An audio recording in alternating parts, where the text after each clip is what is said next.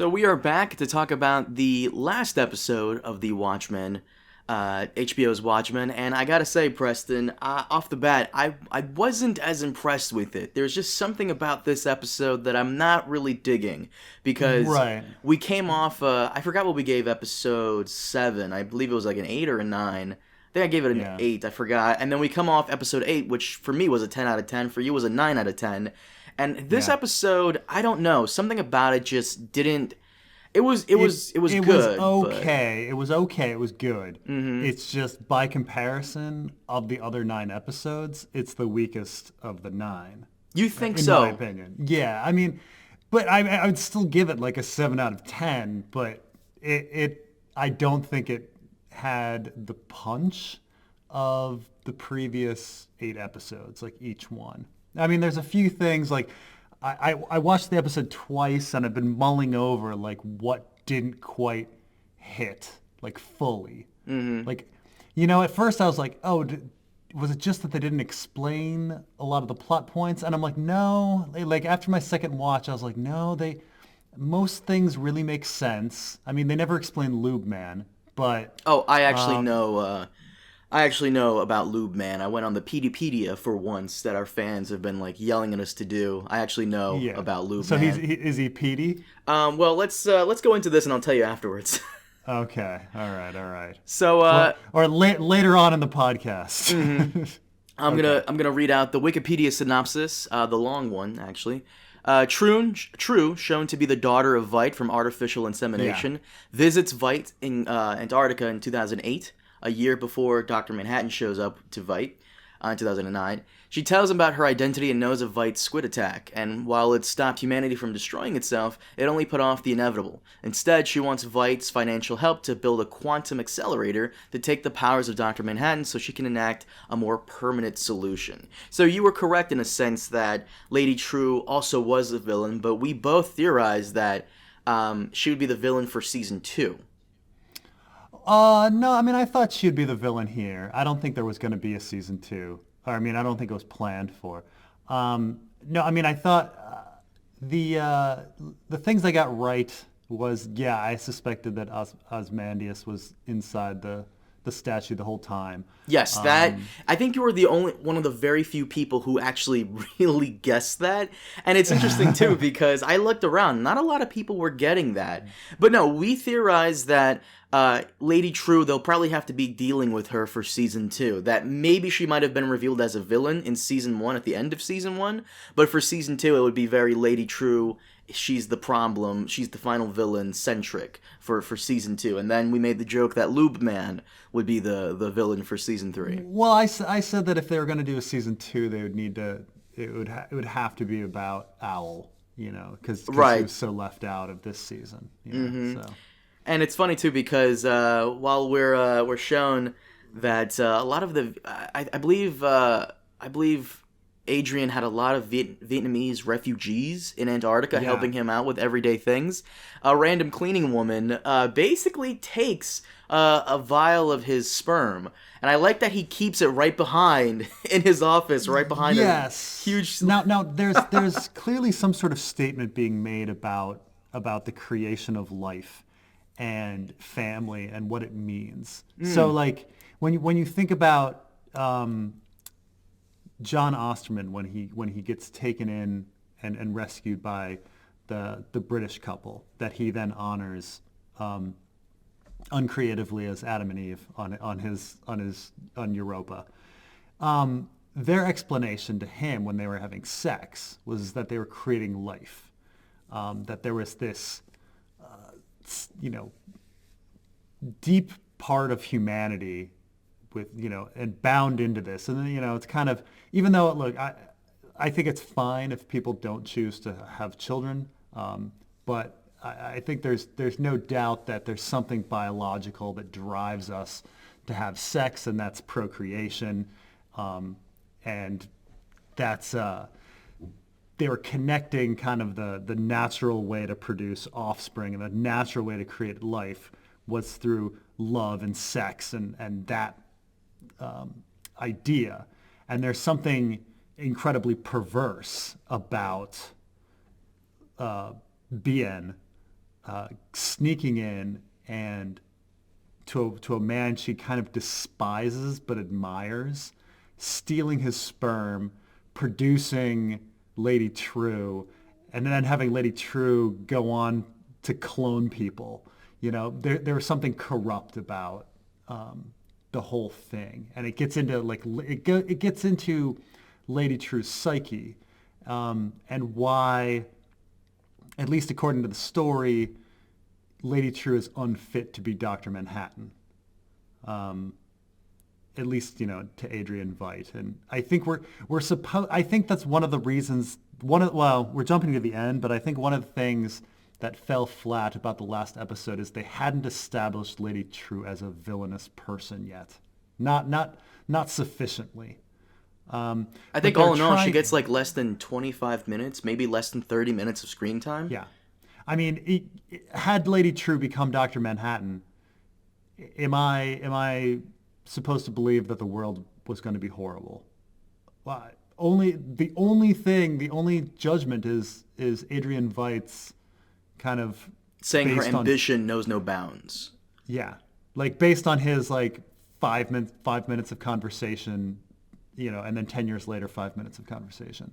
Like based on that, he's decided that no, she's going to be a horrible person that's going to make everybody, worship her. So I didn't get the sense that after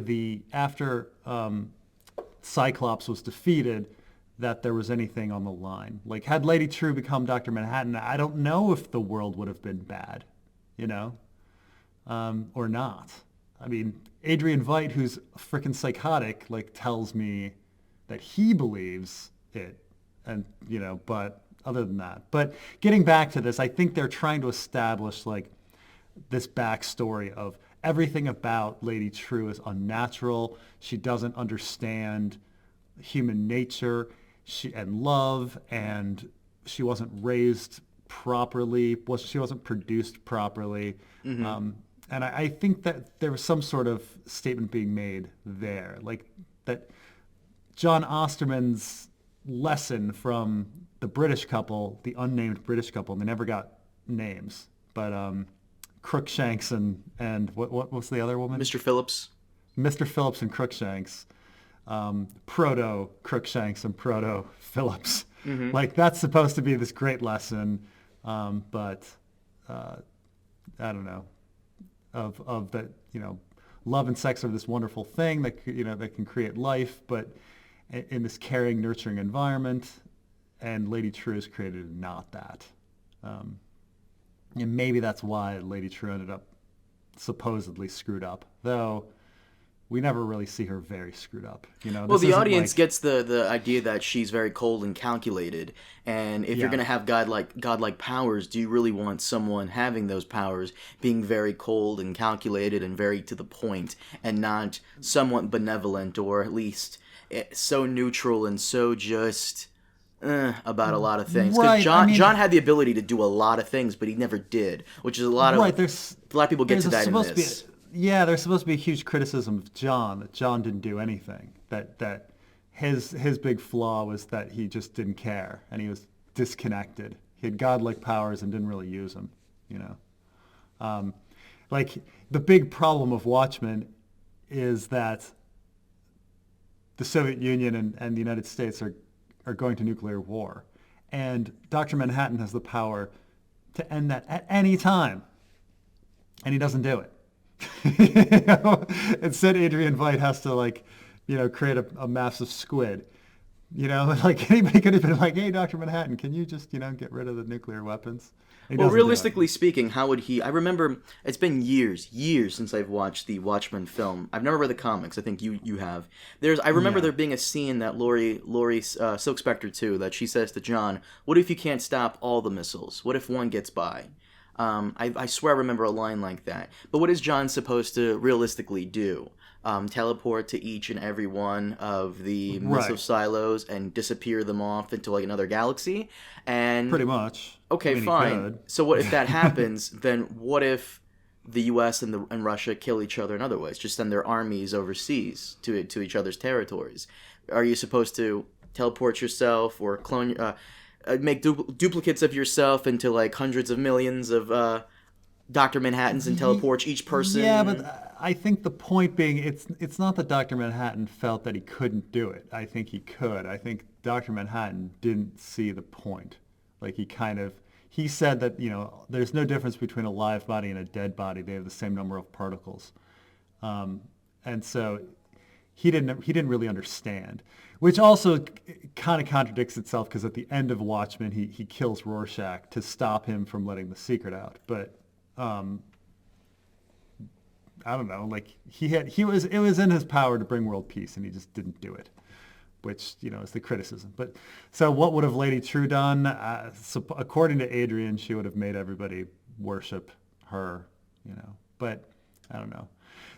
I suppose you could write a lot of papers about Dr. Manhattan's personality and all the contradictions about it. But I don't know. When you're living in several times at once and you have infinite power, who knows what happens to your mind? Mm-hmm. Well, she knows that Dr. Manhattan is on Europa, and she's planning on sending a satellite up there, and she needs Adrian's help, and he just refuses to help. Yeah, she wants a loan. She wants a bunch of money, and he says, basically, I'm gonna give you nothing, and that's better than something. Yeah, because he came from nothing. He inherited his parents' wealth, and he gave it away, and he made something of himself. It's kind of like a test to himself that he is someone. He is something. Right, but yeah, I mean, there's a strange like pull yourself up by the bootstraps like fallacy that I think is getting brought up there. I mean, the whole series is about legacy and how we have the trauma of our parents, and we're either kept back or accelerated. Like even if you take money out of the picture, of course, money is a huge part of the picture. Mm-hmm. Inheritance is a huge part of the picture. But even if you take money out of the picture, if you're raised by good parents, you're going to do better than if you're not. And if you're raised by parents that have trauma, you've got something keeping you back. So Adrian Veidt, even though he perceives himself as the self-made man, he had help. And Lady True, like that, Lady True, raised by a single mom with a lot of trauma, she has a lot of baggage. She's got things holding her back too. So it wasn't quite fair for him to say, oh, you got to do it on your own. But she took it to heart. I mean, she became an Ayn Rand follower and really did believe that in the end. That yeah. You can pull yourself up by the bootstraps. And I guess Lady True did. I mean, smartest woman in the world, trillionaire, right? Mm-hmm. Yeah, so. On Europa, Veidt uses the horseshoe to escape and lands outside the castle. So it takes him a year to build that little hole in the ground.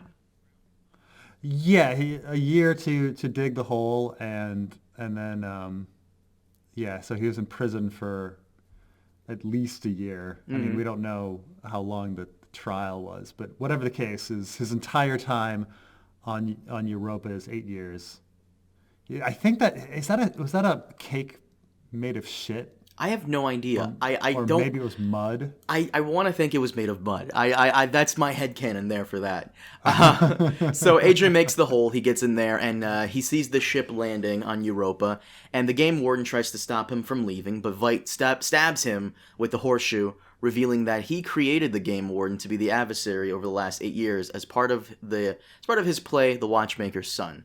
The craft lifts off, showing that Veidt actually spelled out "Save Me, Daughter" to be captured by Truce Pro, because in their last conversation in 2008, when she mentions that I'm your daughter, he says to her, "I will never call you daughter." This is also something I didn't know about Adrian Veidt.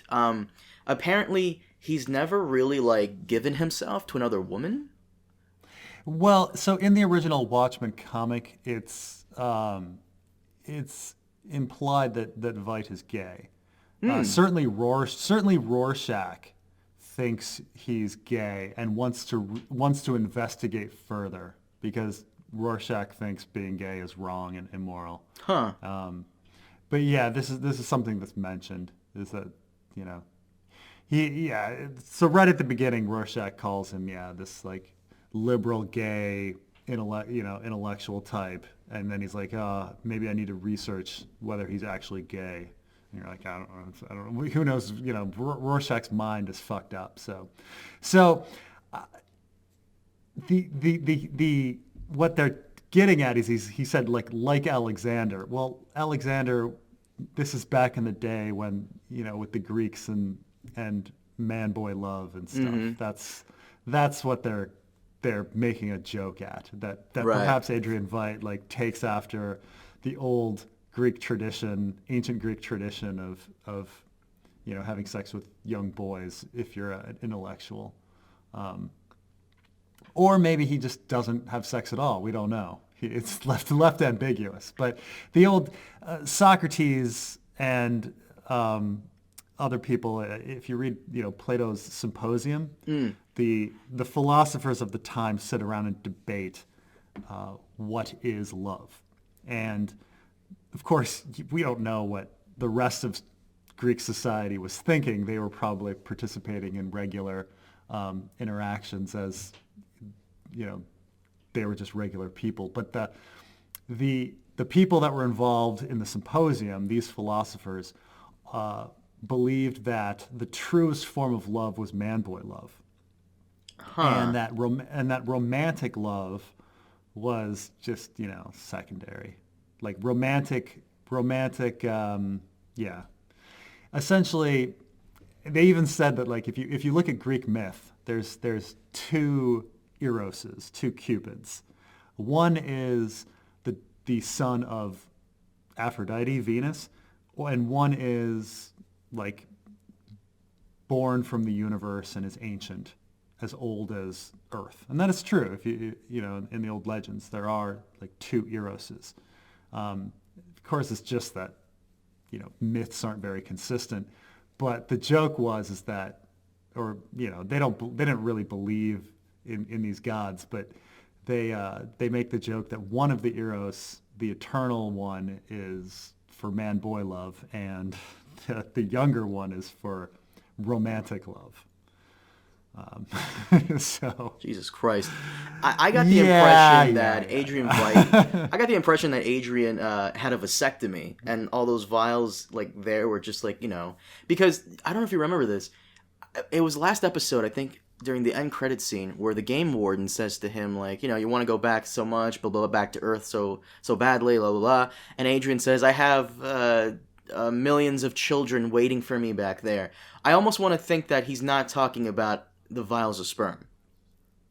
Well, I think on some levels he really hoped that society would worship him, and then get credit for him. Worshipped him, then people would come forward and say, I want to have your children, and then he would probably have some sort of interview process and determine whether or not somebody was worthy. I'm sure this is kind of Adrian Veidt thinking.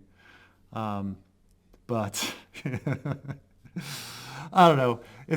We don't get into it too much. But yes, him saying he's never given himself to a woman, he specifically didn't say, I've never had sex. If he were a virgin, he would have said, I've never had sex. But instead he says, I've never given myself to a woman. So I think the implication is that, it's certainly Rorschach thought this. But, mm-hmm.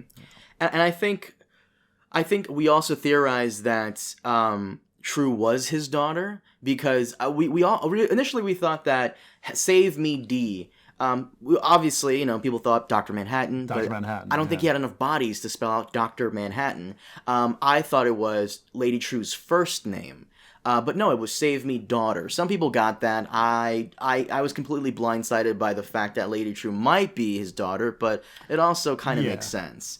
And I was blindsided. Just because the actress is fully Asian, and right, she didn't look half Asian, so but whatever. I guess she was really half Vietnamese and half I forget where Veidt's German, I guess. And you were also correct about the ship landing on the Clarks' farm. That was Adrian, and back in episode 4, I believe it was. And which means that scene on the Clarks' farm didn't take place very much in the past at all. No, I believe a couple of weeks couple of weeks ago, maybe. I think that's what it was. I don't remember. Maybe a couple of days ago. I don't remember. But so there's a funny thing about when the ship is touching down, the classical music that's played, and I don't know which symphony it is, but I do recognize it as the same one that's played in the beginning of 2001, A Space Odyssey, and which 2001 is largely about, well, obviously men going into space, but it's also about, evolution of men and going to a new plane of existence and, evolving, which I guess the theme of the episode as well, becoming Dr. Manhattan, is a lot about that as well. So they were making a reference there, I believe. I mean, anytime you're going to have a spaceship and then play the music from 2001, you're clearly referencing the movie. Mm-hmm.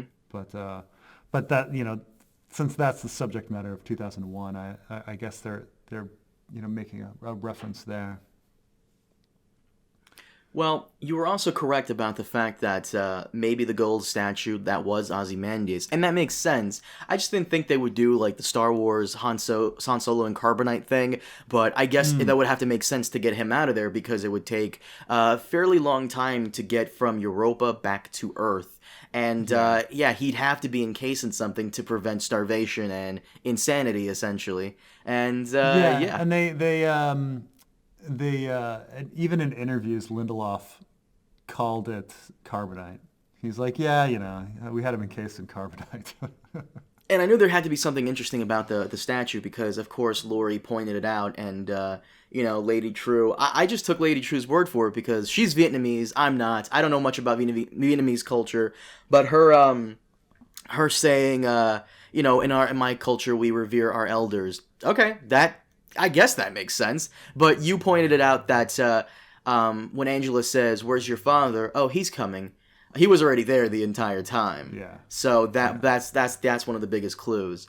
But so right before she's incredibly calculated. She's planned everything ahead. And before she's about to activate the Millennium Clock, she has him defrosted, I want to say. And it's revealed that the Millennium Clock was actually the quantum accelerator that she did build to basically take Dr. Manhattan's power. Yes. Now, what's interesting here, and I do think it's one of the funny things that I kind of had a problem with at the end, is that independent of each other, two different groups of people decided to build machines to steal Dr. Manhattan's power. Without coordination, Because Lady True has been trying to steal Dr. Manhattan's power for at least a decade.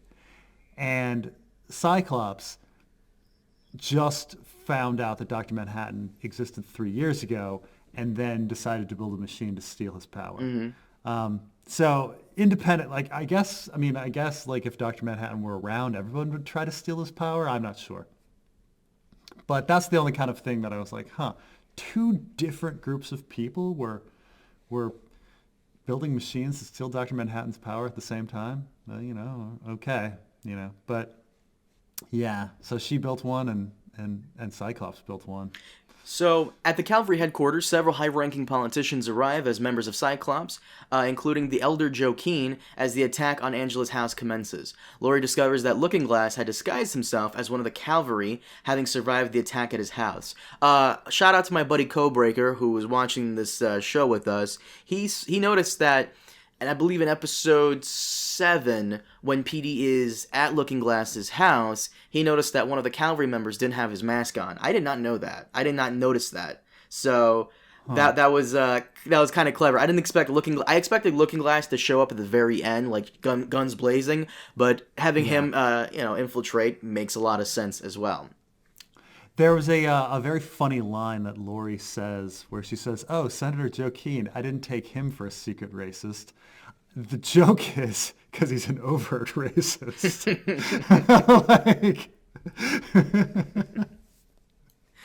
But Dr. Manhattan is trapped, and Joe explains that to the gathered audience about Cyclops' long-term plan to revolt against President Redford by arranging racially charged events like the White Knight, but instead discovered Manhattan's presence on Earth and changed their plans as to take Manhattan's powers instead. So it was because of the White Knight that they discovered Dr. Manhattan there, but I thought it was Judd who saw firsthand that it was Manhattan. Yeah, and I guess it was not Judd.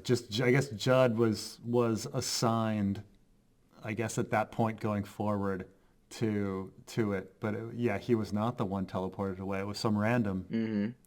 But it was interesting because it was subconscious, right? So they transported him to Cal's subconscious hometown. Like, wait, was it Cal's subconscious one? I thought it was a place. I forgot the place in New Mexico, but I thought that's where Manhattan was originally created. That's the same town where that lab was located.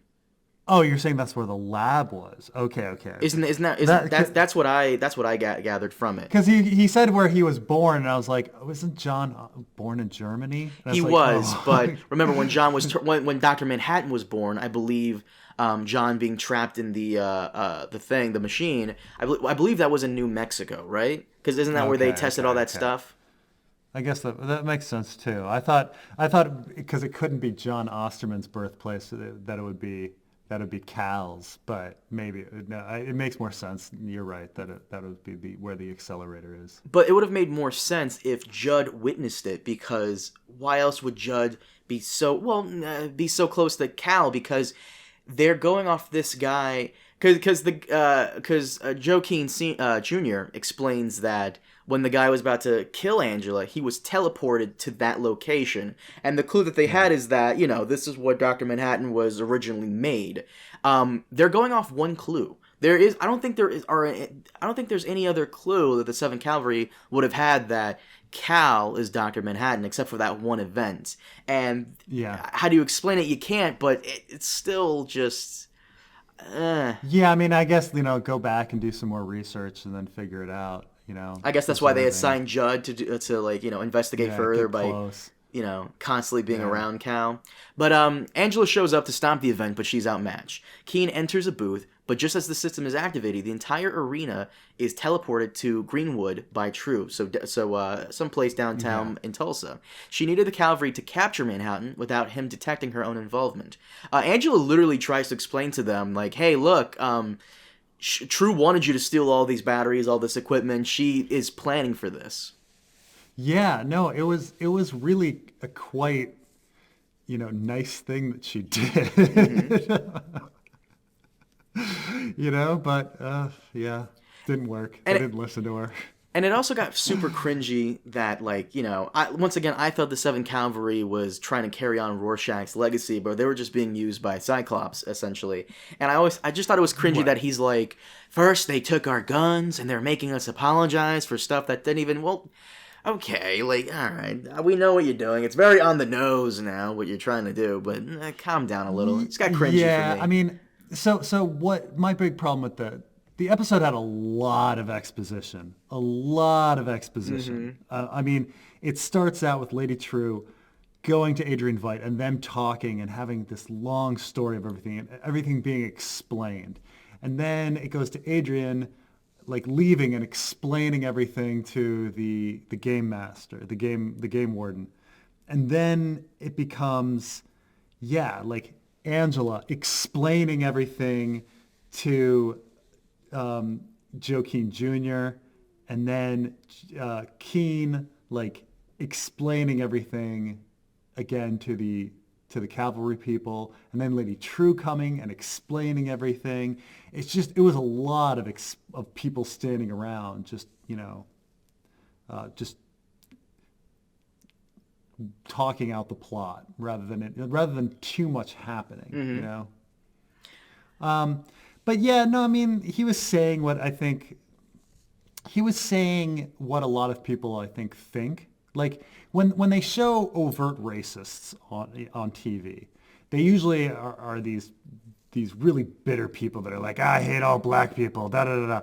But in truth, racism is a little more nuanced than that. And so what he was getting at was those little things like Like, oh, I'm so tired of having to apologize for stuff I didn't even do. And I think there are a lot of white people that think that are like, well, I had nothing to do with slavery. Like, I'm not a racist. Like, why are people blaming me all the time? And that's what they were trying to get at. That his it was. I think he shouldn't have delivered it so angrily. Considering that it was I don't know, a little more nuanced in its racism. Mm-hmm. I don't know. What do you think? You thought it was a little too obvious, a little too on the nose? Well, I don't know. I expected a bit more nuance from our villains, but at the same time, I kind of understand that there are two kinds of villains. One with an evil master plan that's incredibly complex and his reasonings are, very, very nuanced, and the other villain is just simplistic and his reasonings are kind of dumb, but still a villain nonetheless.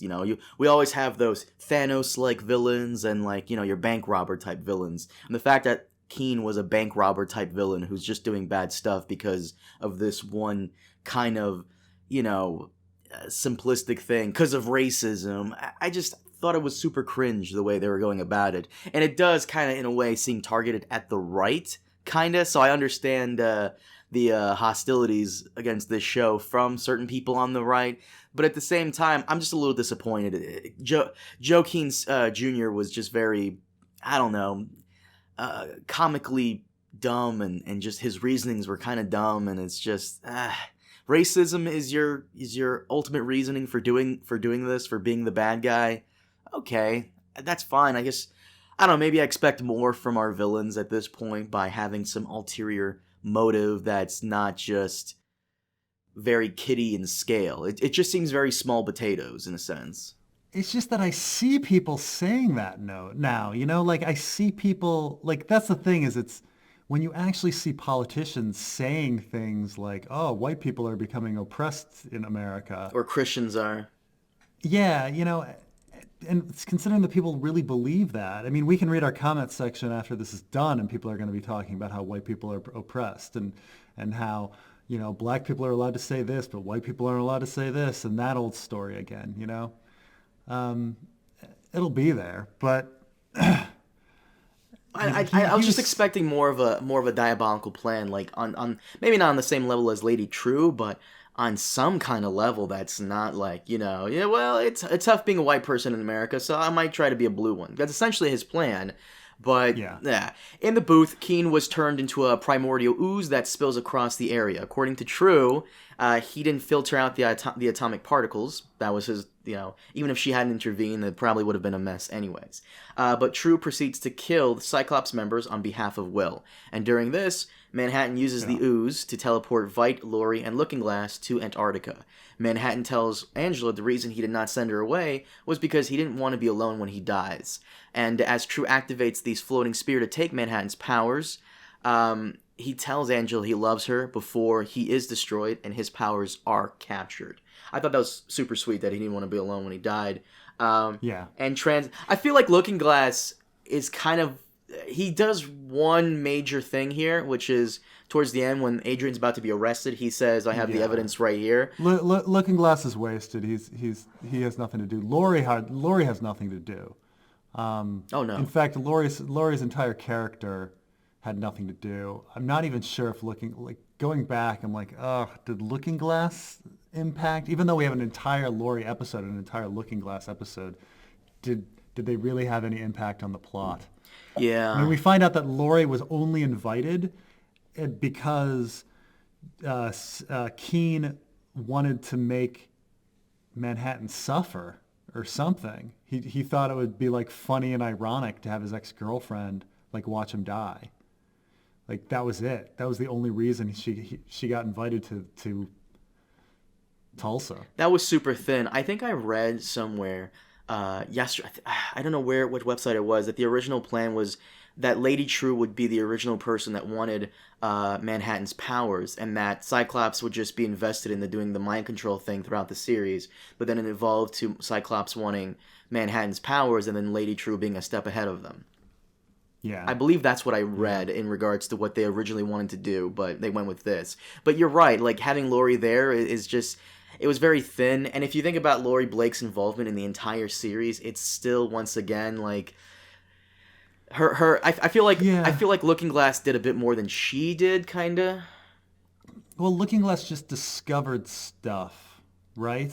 Right, but I mean, when it followed Looking Glass, we got more out of Looking Glass's involvement in the story than I think we got from Laurie. All she really did was kind of force Angela to take those pills.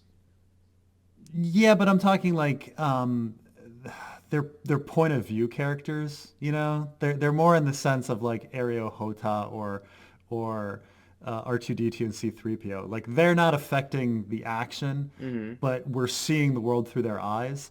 So like the Looking Glass episode and the Laurie episode, we explore the world a bit, even though neither of them really affect any change. Like there's really no reason why they wanted to get in. They wanted to pull Looking Glass into their group, especially like 2 days before the event. Like why bother? Like why send this woman to a bar to pick him up and have lettuce fall out of a truck? Well, because like, they needed to get Angela out of the way. They wanted to get her out of the way. When in reality they could have just killed her. But at the same time, I felt as though the reason they couldn't just kill Angela or remove her is because they didn't want Manhattan to activate his powers due to her being in danger. They just wanted her out of the way so they could capture Cal, because Cal did only activate his powers when she was in danger. Yeah. I mean, there's a lot of, like, now in retrospect, looking at the series, there's a lot of plot lines that were interesting as we explored them, but don't really add to the overall plot. But then again, the original Watchmen was like this too. I mean, the original Watchmen, you know, there's no reason that Rorschach had to go to prison and get psychoanalyzed for an entire issue. It doesn't do anything for the plot. Like there's no reason that Laurie and Owl had to break him out of prison, like as they just go to Antarctica and have everything explained that they were too late. None of it mattered. So I mean, it's not that it's the original story didn't have this, but there's just no reason for Looking Glass to be doing any of this, or for instance, Laurie to take the pills and then end up at Lady True's and find the elephant. Like none of those things really mattered. True was only messing with Angela because Hooded Justice Reeve like asked her to. They had some sort of deal. Yeah, they had some sort of deal, the tit for tat kind of thing. At Antarctica, Veidt uses the squid rain-making teleport device to send frozen squid to fall in on Greenwood, which will obliterate anything in the nearby area. Laurie calls Angela in one of those blue booths things to allow her and Beyond to take cover, while the squid rain destroys the sphere and kills True before the transfer can be completed. Now, I remember this one scene in the Watchmen movie. I don't know if it's in the comics as well, where Veidt hires his own assassin to try and kill him, and the guy just comes in the room and starts shooting, and at one point one of the women in the room gets shot through the hand, and there's like a hole through her hand. And I noticed the same thing happened here with Lady True. I don't know if you noticed that. Oh yeah, so there's this joke about whether or not Adrian Veidt is able to catch bullets. Oh yeah, that also happened with the Game Warden as well. I forgot to mention that. And so he catches the Game Warden's bullet, and that's a reference to the comic book. And I think in the movie he really does catch a bullet. But yeah, I guess I didn't think about it because he said that the squids are going to come down like a Gatling gun, so like a bullet, and so it goes through her hand. She's unable to catch bullets. But so I was a little annoyed at the inconsistent nature of squid rain. Like he says, oh, it's going to come down like essentially like a gun. Okay. So we see the first one like blow a massive hole in Lady True's hand. And then after that, like it's just hailing. And people are like, oh, I'm going to get inside the car. And they get inside the booth and other people go inside. And it's like, I'm sorry, if something with the force of a gun, a Gatling gun, is coming down, like, I don't even know if going indoors is like, certainly not a car, like cars are thin, and anybody jumping inside a car would still get shot. Well, let's be real. Outside, yeah. Obviously, the frozen squid will cut through flesh just fine, but like metal, I think it'd have a harder time. I mean, it goes through her bone. I mean, that's the like it right through like. But isn't the bone in the hand a little isn't as strong as the bone in the other parts of the body? The bone in the hand's a little thinner. You saw how clean that whole thing was. Yes, I think that was for a fact. and then later though, it starts raining on Red Scare and Pirate Jenny, and they're kind of annoyed, and then they jump inside of a car, and then we see like it going through the windshield of the car, but then they're inside the car for protection. It's fine. I mean, it was all inconsistent, but whatever. Well, Angela... I didn't like the rain scene too much. Angela takes shelter at the movie theater where Will is waiting for her with the kids. Will reveals that Manhattan had made a deal with himself and True, knowing this end had to happen so that his powers would not be taken away by those that would misuse them. And I like this scene with Will. He's explaining to her that, this is, the mask. It's all about fear. It's all about resentment. It's essentially... I forgot what Adrian says to the game warden. I think it was something along the lines of, I wanted you to put on the mask so you'd be cruel. Yeah, and then he says that the mask, I thought it made me angry, but it was really about being scared. There's a lot to unpack in the last Will discussion. First of all, I will say there's a really beautiful line where he says, wounds need air to heal.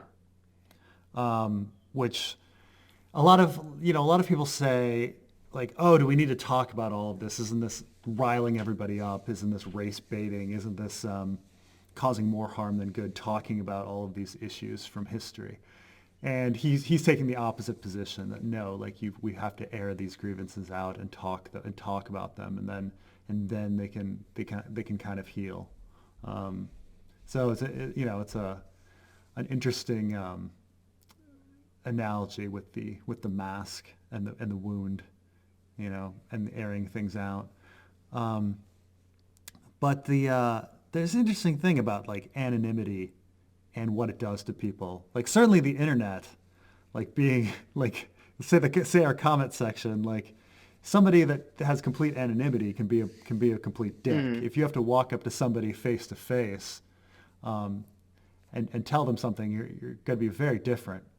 For a number of reasons. One, you're seeing somebody face to face, and there's a personal connection. But two, like you now, like everyone knows who you are, so you own what you're saying. So there's interesting thing there. But yeah, and then why do people choose to be anonymous? Like I know that's. Most people choose to be anonymous on the internet because they fear that someone's going to steal their identity, or something they say is going to be used against them, or something's going to be posted and their reputation is going to be ruined. So, in a sense, people wear masks because of fear. Yeah.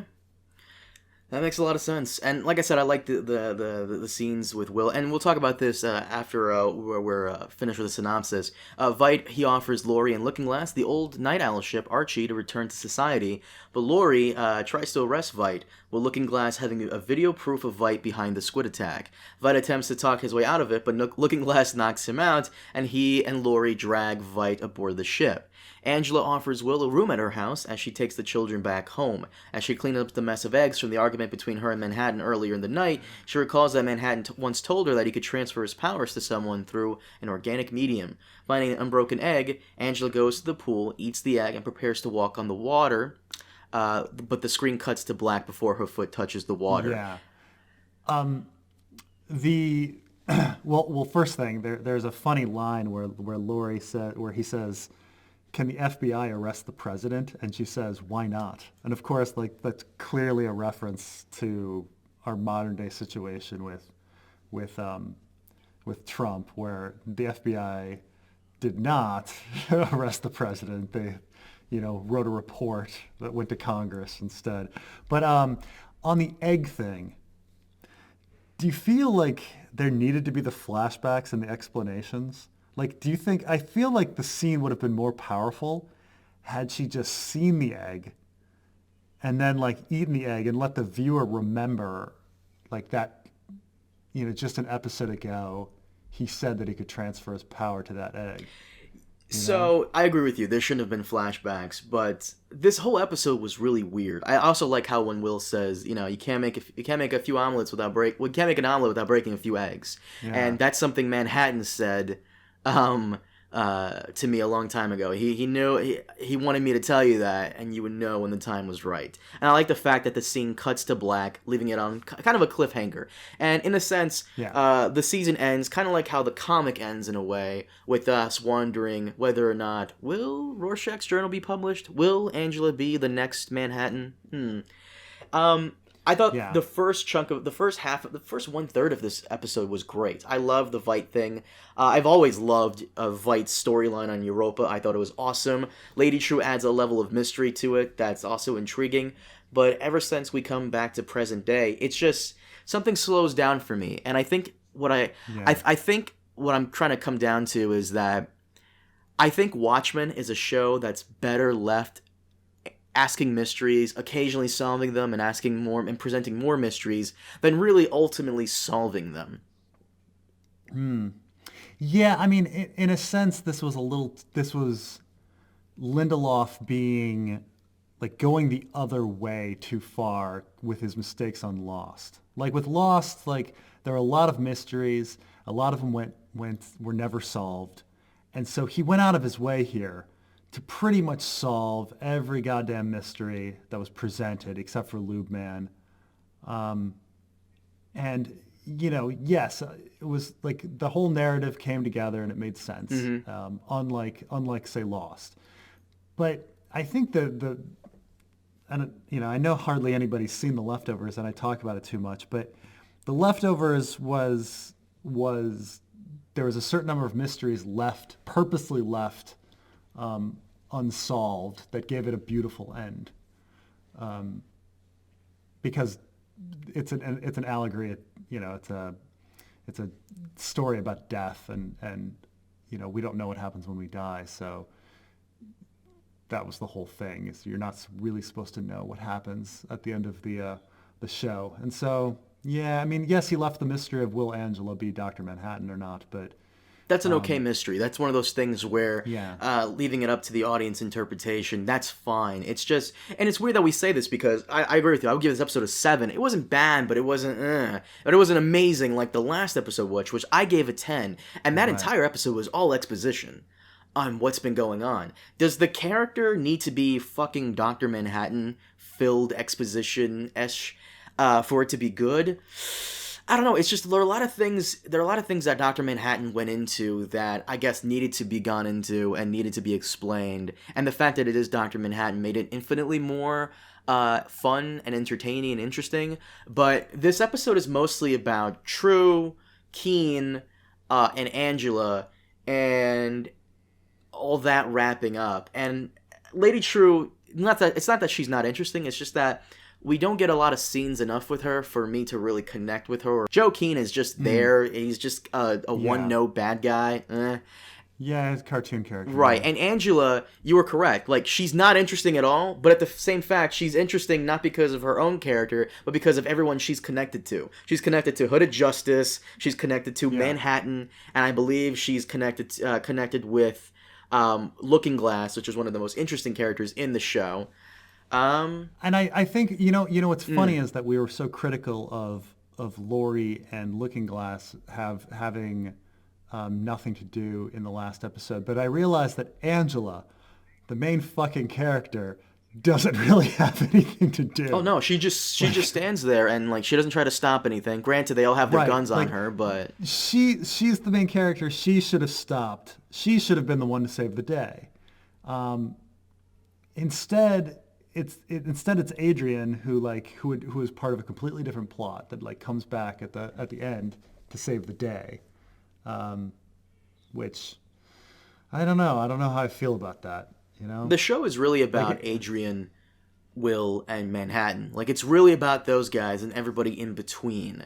Every other character is just not as important. And it's weird because you would think, like, it would be like if Ned Stark, Jon Snow, or Daenerys weren't that important or interesting, but Samwell Tarly, well, to you, Samwell Tarly is. Yeah. Samwell Tarly is infinitely more interesting. Or Littlefinger is infinitely more interesting than the main characters and has a lot more going on than the main characters ever could or will.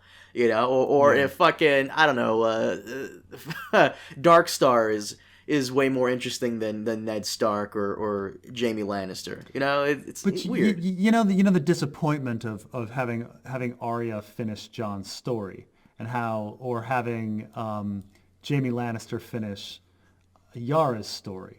You know, which is what we saw, and how it just doesn't feel right. And so this is the thing, is like the story was Angela versus the 7th Cavalry. And what we got was Lady True destroying the 7th Cavalry, and then out of nowhere, Adrian destroying Lady True. When it was never established that like anybody that Adrian and Lady True were like nemesis that needed to fight each other. You know, he even makes that statement, "Oh, we're the adversary." It's like, we're the adversary. Like, she's been your adversary for literally 15 minutes. You know, it just doesn't. It didn't feel right. Like, Angela was more adversary to Lady True. Like, I feel like Angela should have stopped Lady True. Yo, I got a question for you that someone brought up. There's one episode where we go back into the mansion. I believe this is either 4 or 5, where Ozymandias brings the new Phillips and Crookshankses into the mansion. We see all these bodies everywhere. Yeah. And he looks at the horseshoe, I believe it was that episode, and he says, "I don't need this yet." Yeah. And I originally thought that Phillips and Crookshankses, they were either AI or robots or whatever, and they were malfunctioning when they gave him the horseshoe. I believe someone brought to my attention, like, does Adrian also know the future? How did he know he would need that horseshoe? I think because he wrote the play is an 8-year play. Yeah. And I didn't realize that until he said it.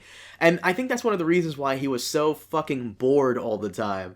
Because Mr. Phillips and Miss Crookshanks, they don't have that level of critical thinking to give him that challenge that he needs, but Lady True does. And how do you present a challenge to the smartest man alive? By making the smartest woman alive his adversary. You know, it does show the cruelty to Adrian Veidt. Like, he was killing people, like real people, when he didn't need to. Like, he didn't need the game warden keeping him in.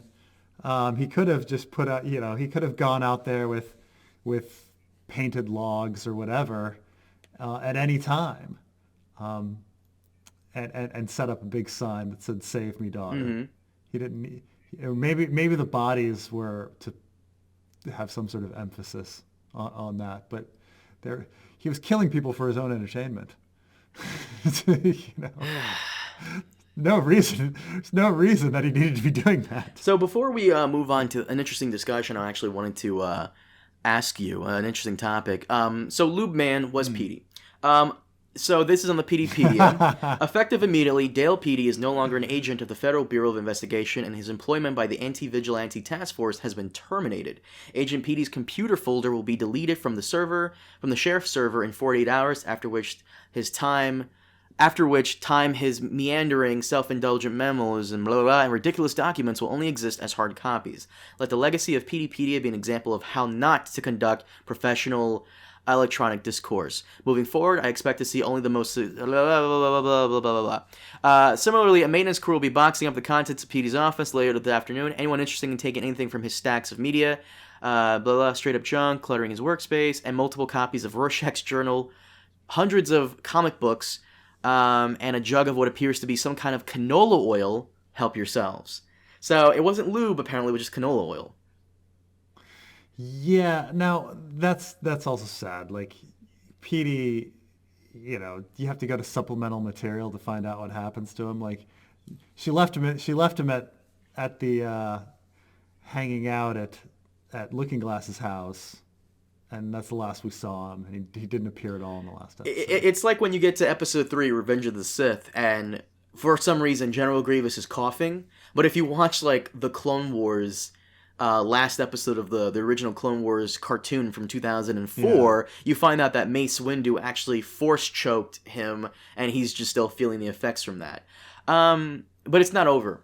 Finally, I know there has been some considerable chatter about what happened to Petey in his recent work with Agent Blake. Let me address those matters briefly in order of importance. I can confirm that Agent Blake has resurfaced following her disappearance in Tulsa. She is currently being debriefed at a secure and classified location due to the sensitive nature of the discoveries she made over the course of her investigation, none of which I am privy to. For those of you whispering that said discoveries involve hoaxes and conspiracy linked to our Commander-in-Chief, I will remind you all of your oaths. What matters most is that Agent Blake is alive and well, and she wishes to thank those who cared for her pet owl while she was away. As for former Agent Petey, the circumstances of his dismissal are as simple as they are baffling. After defiantly refusing my direct order to suspend his activities in Tulsa and return to Washington, I had no choice but to instruct the field office there to relieve him of his badge. My understanding from Tulsa PD is that he has now gone missing. Given the simultaneous deaths of a U.S. Senator and a prominent trillionaire, it would appear Petey has taken it upon himself to continue the investigation despite our closing it. It's clear now from his memos that Petey, hero enthusiast, obsessive on the Western spectrum, is at risk for vigilante behavior and most likely always was. Perhaps sooner or later, this task force will be investigating him. God help us all. From Season 2. From the deputy director of the FBI. So according to that, that means Lori's efforts were for nothing. Really? I mean, if she's just getting debriefed when she goes back, like, she didn't arrest Robert Redford, she didn't, for being complicit in Adrian Veidt's, like, long-term cover-up. So I don't think Adrian will be arrested. Actually, you know what? Maybe he will, because at one point, I believe it was either last episode or this episode, Robert Redford wasn't returning his phone calls. However, so Robert Redford might not be interested in talking with Adrian for the safety of everyone involved, for his political safety as well. But maybe Adrian will be arrested, and maybe he will be taken elsewhere. Because you're right, he kind of is a narcissist. He does want credit for essentially saving the world, but the world isn't really saved yet. If you recall, back in episode 3, someone asked Senator Joe Keane about, his thoughts on the Russians trying to create their own device that created Manhattan. So, Yeah. I mean, it's so. In the original Watchmen comic, Rorschach is he's for the most part pretty right wing, but oddly he worships Harry Truman, who was a Democrat, and he worships Harry Truman because he did the right thing by dropping the bomb on Hiroshima and Nagasaki. He believed that was really, the right thing to do, to kill all those innocent civilians, to stop the war and save lives in the end. Which is the line that the American government gives, and what we're taught here in America in our schools. But Adrian Veidt essentially does the same thing. Like, right? To save lives, he kills 3 million people. Like, there's no effective difference between Adrian Veidt and Harry Truman, except the scale. More people died in New York than Hiroshima and Nagasaki, and he's saving more people as well versus, the supposed lives saved by Truman. So I don't know. I don't know how society would see Adrian Veidt if it came out that he had killed these people, but saved the world. Well, in the true Watchmen comic sequel, because this is the HBO sequel, but apparently there's another sequel called the Doomsday Clock, we find out that Rorschach's journal did make it into publication, and that Adrian is essentially blamed for this, and that the public wants him, I believe, dead. I'll have to go back and look. Here's the question. Does this show need a season 2? I firmly believe that does not need a season 2. I think almost every single question is answered here. The focus of the show was Adrian, and it wraps his story up nicely. Will, it wraps his story up nicely. And Dr. Manhattan, and that wraps up his story very nicely. And whether or not Angela gets Dr. Manhattan's powers, I almost don't care, because I really don't give a damn about her story that much. All she really was a catalyst to bring us the meat and bones, the meat and potatoes of the story, which was her grandfather, Hooded Justice, and her lover, Dr. Manhattan. And that's really all I cared about. I think doing a season 2 would be committing the same sin that Westworld committed. Westworld season 1 was awesome. And then we come to Westworld Season 2, and it was just kind of, looking back on it, a bit of a mistake. I know that Lindelof is not so keen on a Season 2. Like, he doesn't want to be involved in it. He said he spent 2 years, like, writing and preparing for this. And he doesn't have a story to tell for Season 2. Like he did for Season 1. So you listened to the official HBO Watchmen podcast. What did you learn from that? The last one wasn't as informative as the first 2. So there's 3 overall. But I mean, they discuss the future of Watchmen. They discuss a lot of themes. The guy who interviews Lindelof is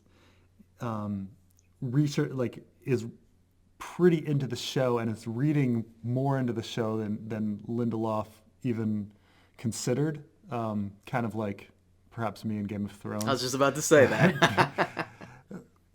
So it's funny because he'll like say something and he'll be like, yeah, well, and Lindelof will be like, yeah, no, well, that could be that too, you know, like. Could be that too.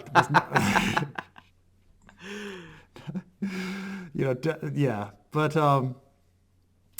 last episode was not as informative as other stuff. I mean, I guess I learned that. I learned that every single moment of like, if you just watch the show, you might wonder if every moment of Europa was planned by Veidt. But Lindelof said, no, like, everything is supposed to be part of the play. Like, when he says he's writing the play, he's not writing the play to be on the stage. He's writing his entire adventure on Europa. And I don't know. I don't know if I learned that much from this one. It wasn't as interesting as, because the first episodes were very history heavy, and so they went into Lindelof like researching history and what he was trying to say politically with each of these. And the last one, because it's more just revealing all of the events and the secrets that we had theorized, and which ones were right, and there wasn't as much history of Tulsa and the Ku Klux Klan and things like that, history of cinema. Like the previous one, he talks about like the history of cinema and what the statements he was making with the Hooded Justice story and stuff like that. There wasn't too much in this one. By the way, the premise of Doomsday Clock is this is supposed to be like Alan Moore didn't write it, so I don't know if you can debate on whether or not it's a true sequel, unless the creator has something to do with it. Doomsday Clock is the finale of the story that was established and blah blah blah blah blah.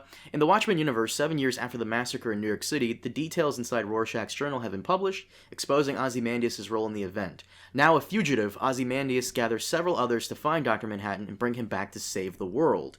Meanwhile, in the DC universe, during present day, the Superman theory is a conspiracy that accuses the federal government of the United States of creating its own metahumans, and it has created an international conflict and led to an arms race, with various governments around the world recruiting metahumans and creating sanctioned super teams.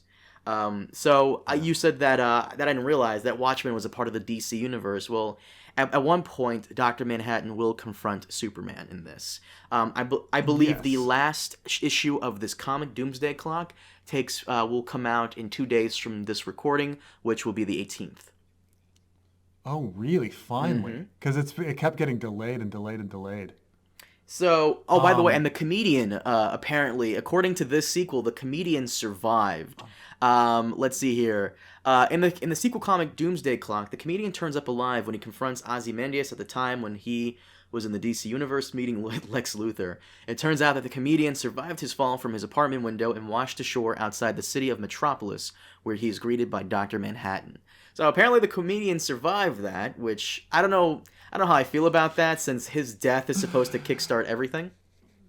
Yeah, no, I mean, I haven't read Doomsday Clock. I've read the synopsis of Doomsday Clock. Here. And the synopsis seems fucking bonkers. But everybody that's read Doomsday Clock tells me, no, actually it's really good. So when you read the stuff out loud, I'm just like, oh God, like, they like pulling in the Watchmen characters into the DC universe, and but I know that on the last page of the 11th issue, Dr. Manhattan and Superman meet, and then there's one issue left, So I don't know. Well, like I said, I really don't feel as though this show needs a second season, and this has been an insane debate going on right now. Like there are people who wanted Game of Thrones to continue on for 10 seasons. I'm one of those people, but I wanted Game of Thrones to continue on as a faithful adaptation. You're like, there's some crazy assholes that wanted Game of Thrones to go on 12, 13 seasons. George? George wanted that. Yeah, no, some people wanted that. I wanted that, but I wanted a faithful adaptation. Had they continued on actually faithfully adapting Game of Thrones, A Song of Ice and Fire, we probably could have gone on to 10 seasons, maybe even 12. But they didn't do that. They decided to cut a lot of the things short, such as the Dornish stuff, the stuff in Old Town, and so on and so forth. Especially the stuff with Stannis and his campaign in the North, which is much longer. But it would have been like $10 million an episode for Kit Harington and $10 million an episode for At some point, it just hits this breaking point where you just can't pay them more. I think FX and a lot of TV shows are now doing this thing where it's like, if it gets picked up for a second season, then you have to sign a contract for 8 seasons of the same salary. I think this is something that Charlie Sheen. Is it Charlie Sheen, the guy who went crazy with Tiger Blood? I believe that was Charlie Sheen. I'm gonna look that up real quick. Yeah, I mean Charlie Sheen was getting so much for 2.5. Right. He was getting so much. FX scooped him up for some anger management show, and I think that's the thing they set him on, is that if it goes on for any more seasons than season 1, I believe the contract was you get paid this fixed amount for all those seasons, no question asked. So that's what they probably could have done. HBO probably could have done that. But regardless, I don't think Watchmen needs a season 2. I would like to see where a season 2 could go, but at the same time, how can you really top season 1? Even though the finale was kind of at the same time, the rest of the season was great. And just like with Westworld, the show is great at setting up the mysteries, but when it comes down to really answer them, I guess it's interesting. I don't know how you feel about this, but is the characters, you're right. Looking Glass, compelling story. Laurie, very interesting. Angela, not as much, but those around her are very interesting. Will and Adrian Veidt, the whole mystery. Now that all the mysteries are solved, you look back on it. Were these characters really worth following? Kinda. The journey was great. Yeah. Ultimately, what I'm trying to say is, it's that cliche saying that it's not really about the end, it's about the friends we made along the way. The journey to the finish line was what it was worth it.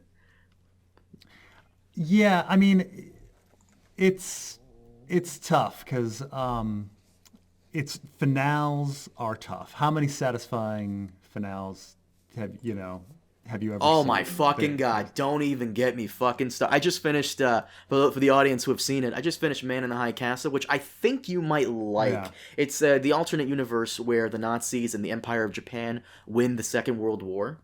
Yeah, yeah. I just finished a couple weeks ago. I just finished the last episode of that series. They only have 4 seasons, and I was so disappointed. Holy fuck, bro! Oh. I was so disappointed. I'm like, what happened?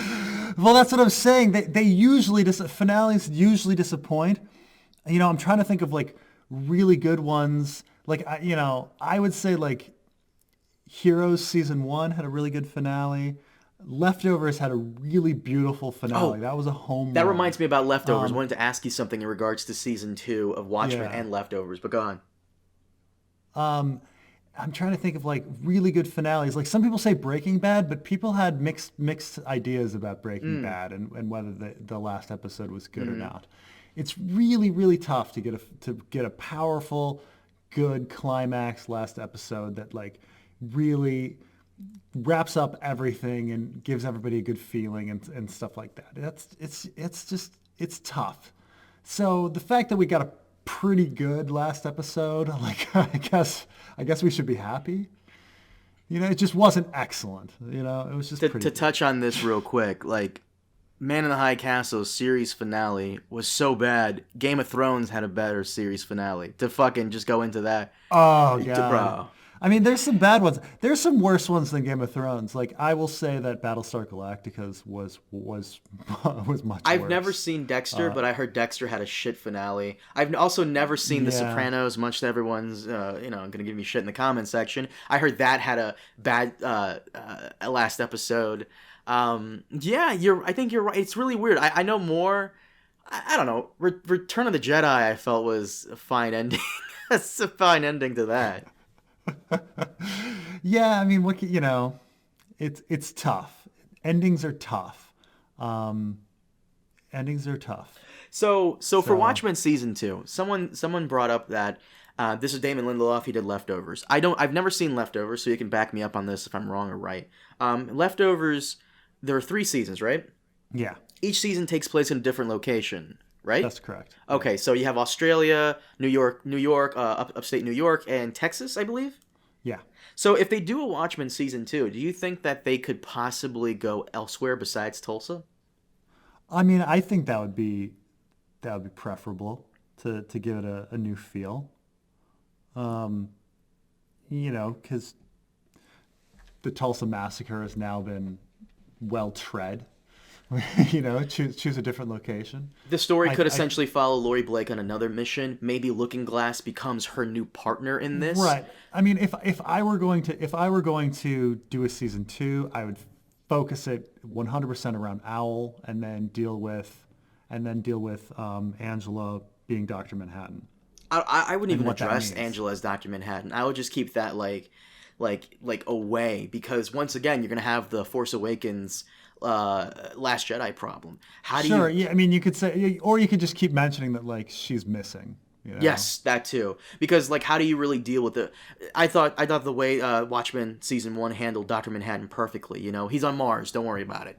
He's on Mars. Don't worry about it. And how do you deal with the fact that there's a superpower OP character like on the planet, just like over there? Yeah. But when does that person come here when shit hits the fan here? So it's probably best they don't address it or give a throwaway line like she's missing. Yeah, I mean, essentially, they dealt with a lot of Superman issues. I mean, Dr. Manhattan's, a stand-in for Superman. And so you have, what do you do when you have these godlike powers and stuff like that? I mean, if you do a season 2, and you focus on Owl, you can deal with some Batman issues or something, But so I think there's plenty of stories to be told. But will they be as interesting as what we got now? Because the stuff with Hooded Justice and Will, awesome. The stuff with Adrian, the mysteries there, awesome. The Dr. Manhattan stuff, fucking awesome. It was fun. How do you really top that with just the Owl? Like, where do you go? Like, where in the U.S. do you go, really? I don't know.